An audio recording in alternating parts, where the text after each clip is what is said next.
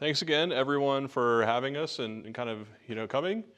I mentioned earlier that I've kind of been interested in this space for a bit, and I'm going to give you a little bit of background on what I think is like kind of a cool emerging architecture pattern that I think actually S3 and the S3 sort of ecosystem has a pretty big part of and kind of makes possible. So what we're going to talk about is what I've sort of termed the Infra Runner Pattern. Out in the wild, if you've used like GitHub Actions or something like that, maybe you've like come across a GitHub Actions runner or like a GitLab runner. Maybe you've had the pain of running one of those and operating one of those. I think S3 makes those a little easier to build. And so what we're going to do is we're going to talk through kind of a little background and like why I got interested in this, introduce the pattern, actually talk through like what this does, and maybe compare it to like this idea of like an agent. And then actually I put together like a little control plane to actually show off some of the concepts. So we'll actually go through a live demo and show some of that. Cool. So the first thing, what is bring your own cloud? It came up in the last talk. Bring your own cloud is essentially this idea where as a software customer, you can consume software, but instead of moving your data or running with a cloud service, you can have some of the benefits, but in your own cloud environment. So that means that you essentially get like a SaaS, but in your own AWS, GCP, Azure, even like on-prem environment. It kind of looks and feels like SaaS, but the vendor's on the hook when things go wrong in the middle of the night, not you, hopefully. And yeah, at Nuon, like we're kind of building to sort of infrastructure to make this possible and to help people offer this sort of deployment option. As part of that, one of the early decisions that we made was around this idea of a runner. So in our product, we have what's called the Nuon runner. Think of it as like almost like a smart or maybe smarter GitHub Actions runner. This thing is a binary. We'll talk a little bit more into like the shape of it, but it's essentially a binary that you hand your customer, and it's responsible for doing all the sort of things to manage the environment. So instead of your customer giving you like, cross-account IAM or a password or some key to manage their environment directly, you actually give them this agent or this runner that can run some of these operations and manage the environment remotely. Part of the reason that we chose this early on, there are a couple benefits, and we can kind of talk through the different trade-offs, but really it was this idea of like you can cut permissions down, you can actually throw this in any environment. The beauty of this sort of kind of runtime is, and the same with any sort of runner, is if you can run the binary, and they're generally designed to be shipped as a binary, a virtual machine, then you can actually like bring all the management into where the infrastructure lives. And so this idea of like the runner can actually be deployed inside an on-prem environment that maybe isn't internet reachable, and it can actually bring the management with it. It gives you an audit trail. So, when you're thinking about like running some foreign system, and all you have to do to run that foreign system is, bring this virtual machine in and let it sort of run jobs, you can actually monitor and audit every single job. If you're not happy with what it's doing, you can cut it off, you can turn the runner off. It sort of gives you a little bit of isolation and like a built-in audit trail. This isn't something that we just kind of made up or kind of thought up. Actually, like GitLab and GitHub actually had kind of evangelized this model way long ago. For GitHub in particular, I know a little bit better. With self-hosted runners, you can actually run them in your environment. We run them in our environments. They're touching our Kubernetes clusters, doing updates, building artifacts. We own the lineage of them. And they're actually just essentially like a smart job machine.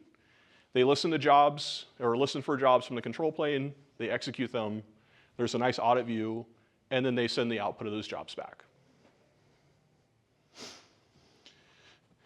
The responsibilities. So these runners, they're essentially like, it's a binary, it's in your account, and it's kind of running jobs. What are the things it actually has to do? One of the most important ones is actually managing state. And this is where S3 comes in. So when you think about this idea of having a runner that's executing state and managing and like running a Helm deploy, having something that's portable for it to store data in the simplest API possible is important. This is why I kind of got interested in this sort of combination of two technologies, of this idea of like, well, if you're actually able to leverage S3 and some of the new things like conditional writes or even like consistency that's built into the protocol, you can actually build smarter agents that run and do these sort of like runner operations in a customer account. So you can go beyond just blindly running Terraform and pushing outputs to conditionally running Terraform or applying policies or doing things like managing artifacts. And generally, the way that these work is that you have this runner. It's a binary. It's designed to be a state machine that's kind of running jobs, storing its state, but it's really being orchestrated externally. The control plane and the runner combined can do things like create release windows. The runner can be turned off, or it can be put in read-only mode so that no jobs can actually be executed during specific times unless you want updates during those times. And you get an audit trail built in. Cool, so I put together a sample app. I actually thought it would be easier to show some of these concepts like actually with like a system. I designed a control plane that is backed by S3 and a runner that connects to that control plane. We're gonna run a few of these and then we're gonna actually start dispatching Terraform jobs to it to show some of these concepts in practice.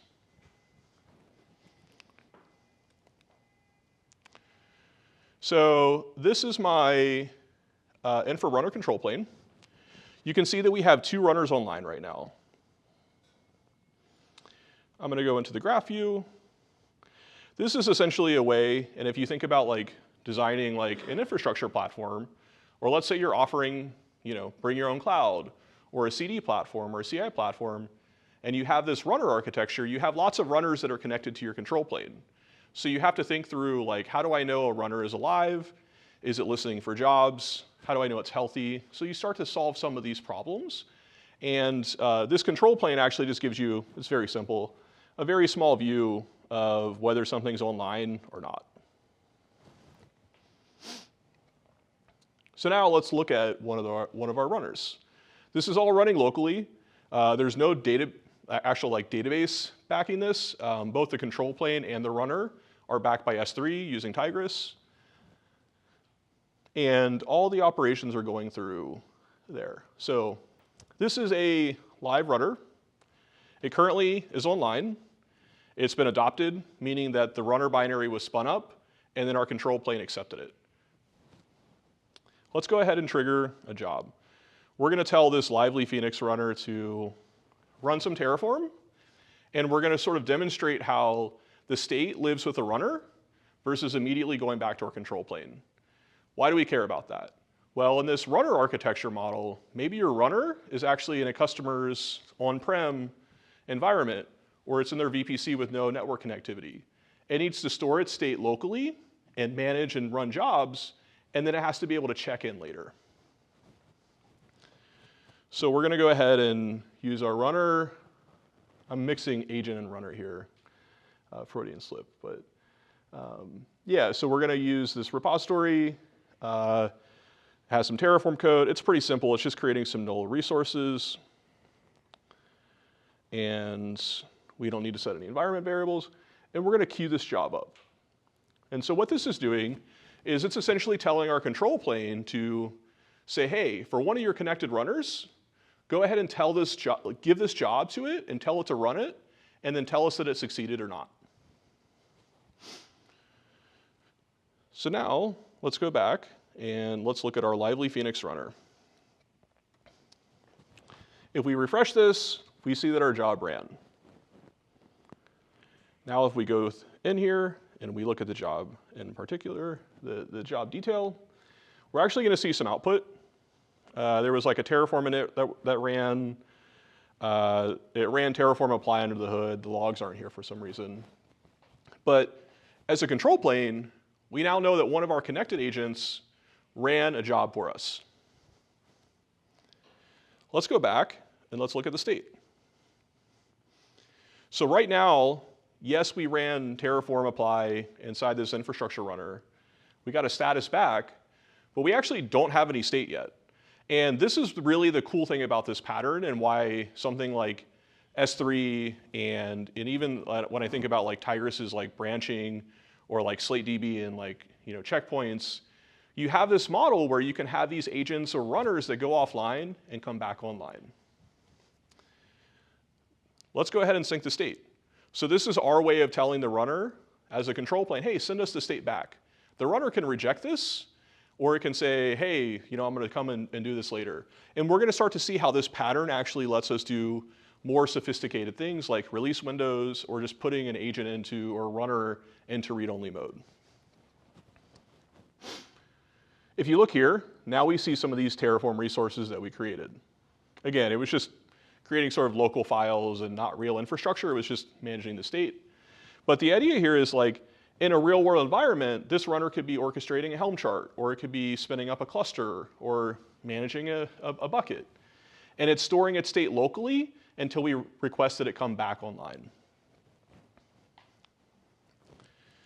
Let's go ahead and spin up a new runner and talk through how this kind of flow works. So in this model of having a infrastructure runner where you have a runner that maybe a customer is deploying and running in their environment and then coming home to sort of manage jobs, there's a couple of different ways you can set these up. But if you think about the life cycle of this, maybe you have your application being spun up. Maybe you have to tell your customer, hey, go procure a virtual machine and run this container, and then have that thing check back in.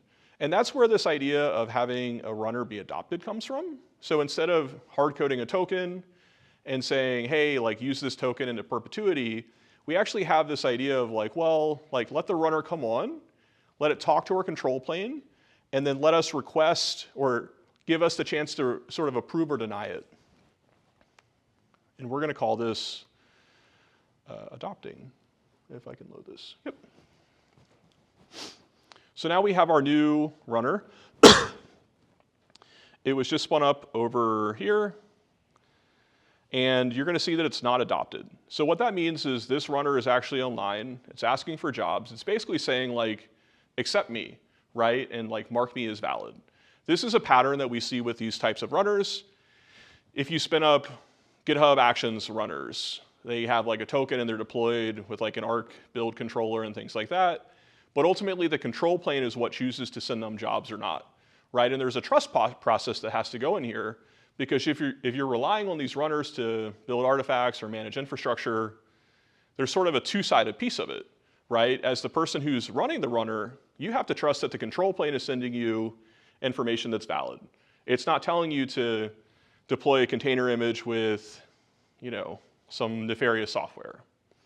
But then as a control plane, you also have to know that the runner is coming online is who it says or who you think it's supposed to be.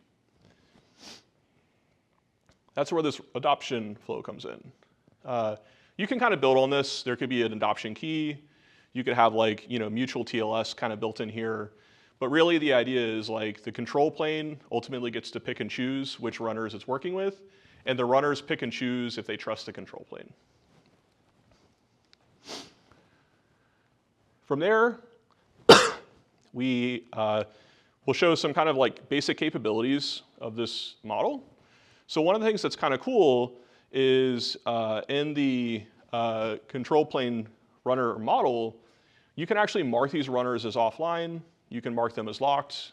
You can do things like give them a release window where the runner will only come online during a specific time and can then be removed at a later date. Let's see if this guy is coming.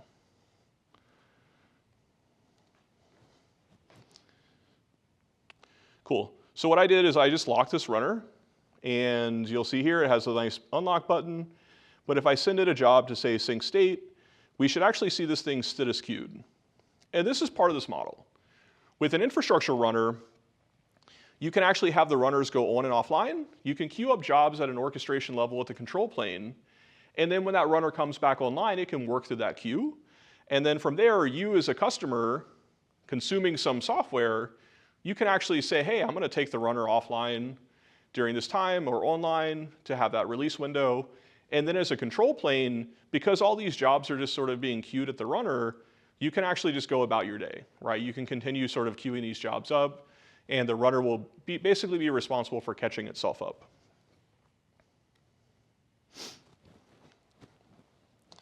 So if we unlock our runner, we should now see our job go into progress.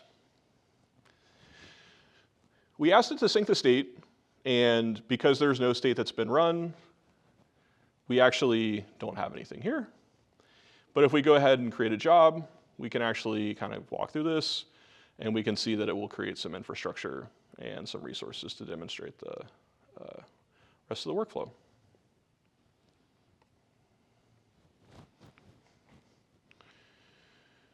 If we go back to our runner, we can see our job. It's in progress.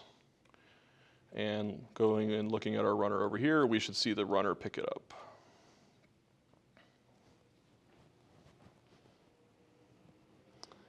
And at any point, if the control plane sees that a runner is acting,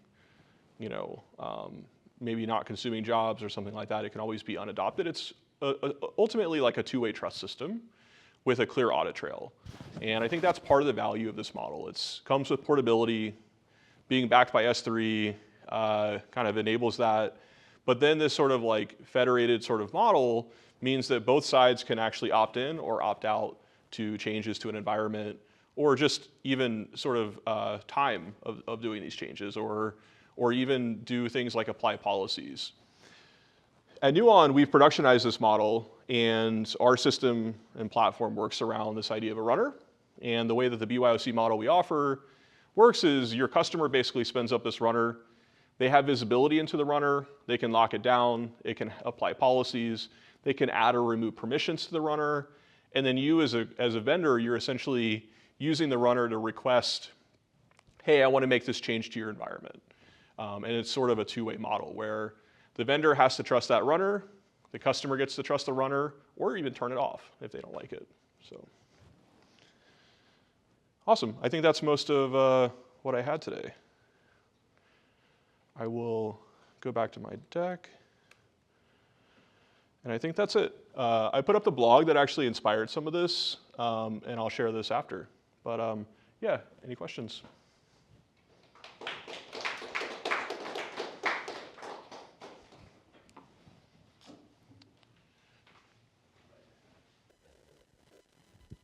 Yeah, thank you.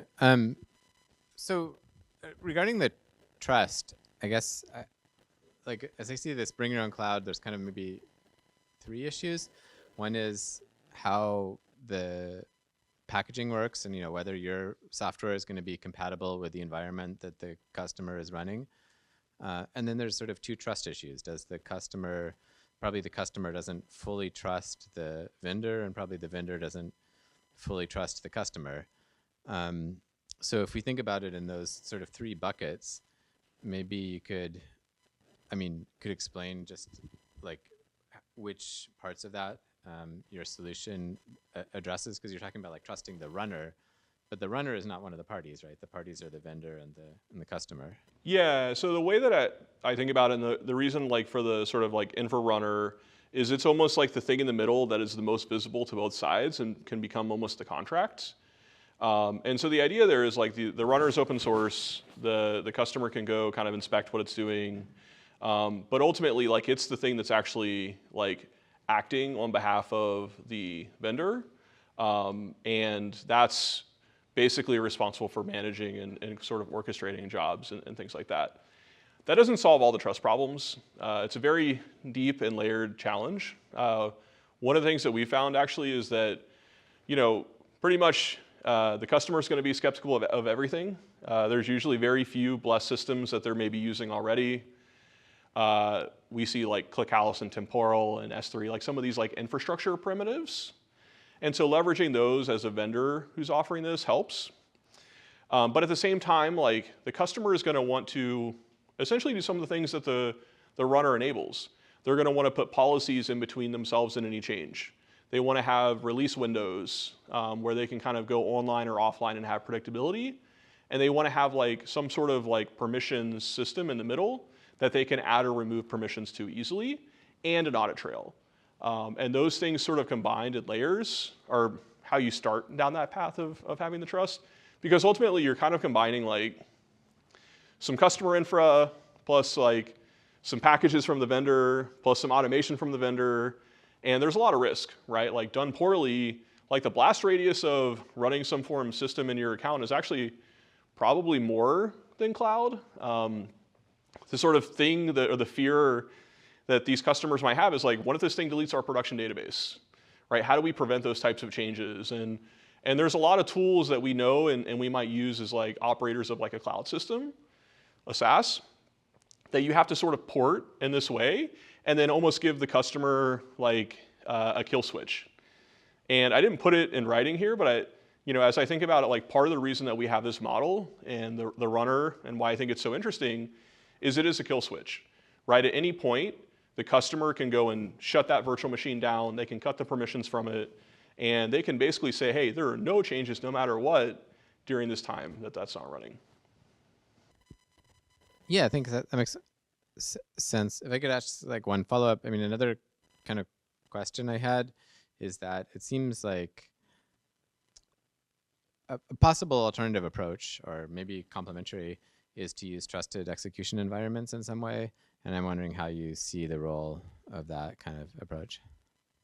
Yeah, I think they're complementary in some ways, and I think like the sort of trusted sort of execution environment is one of those things as well. Like especially like for the customer consuming software, they have these like landing zones where they might actually like deploy something first and they're monitoring it and observing it. Maybe they give you like partial permissions, and then as they start to get into production, like it's like a stepping stone there. But I think you kind of need both, right, in practice, in a lot of ways.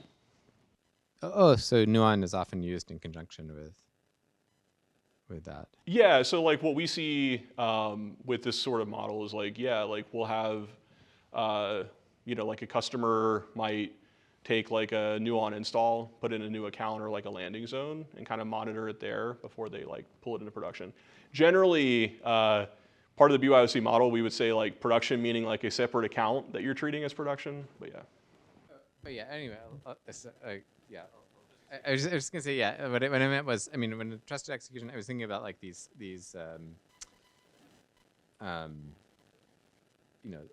isolated enclaves and that sort of thing, which I feel like is not that widely used, even though it's kind of like becoming a little bit more popular. I think one of the things that we see is like there might be like a trusted or hardened like cluster environment or something like that. Oh, okay, yeah, thank you. I'll let. Cool. And I think we had a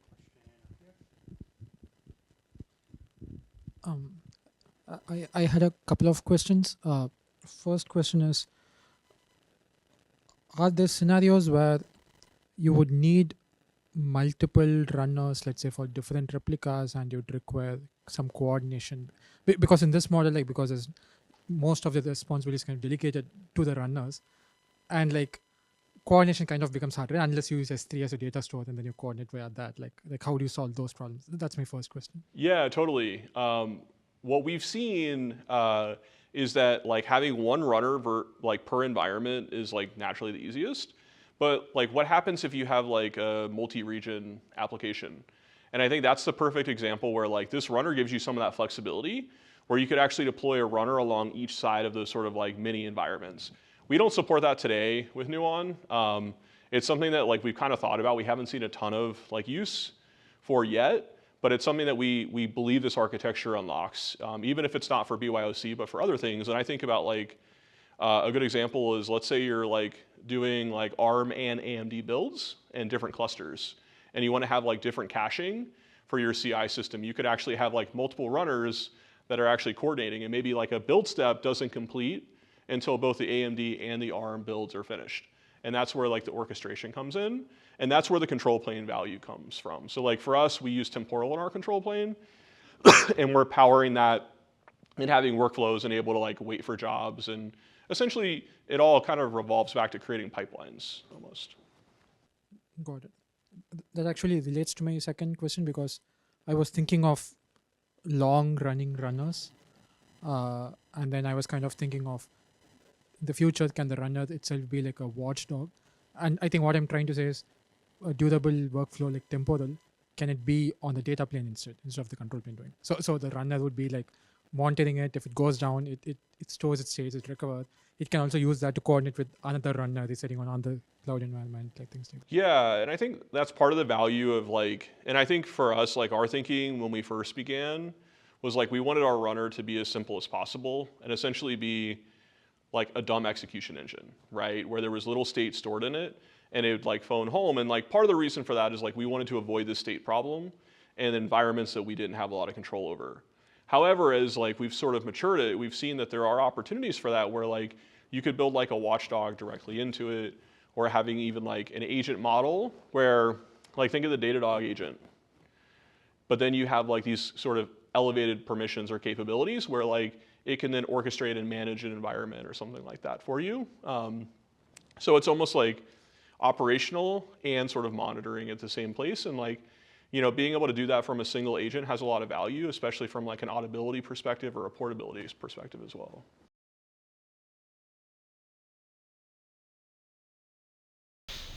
What are the scenarios where like the vendor or the control plane would want to like not trust a runner?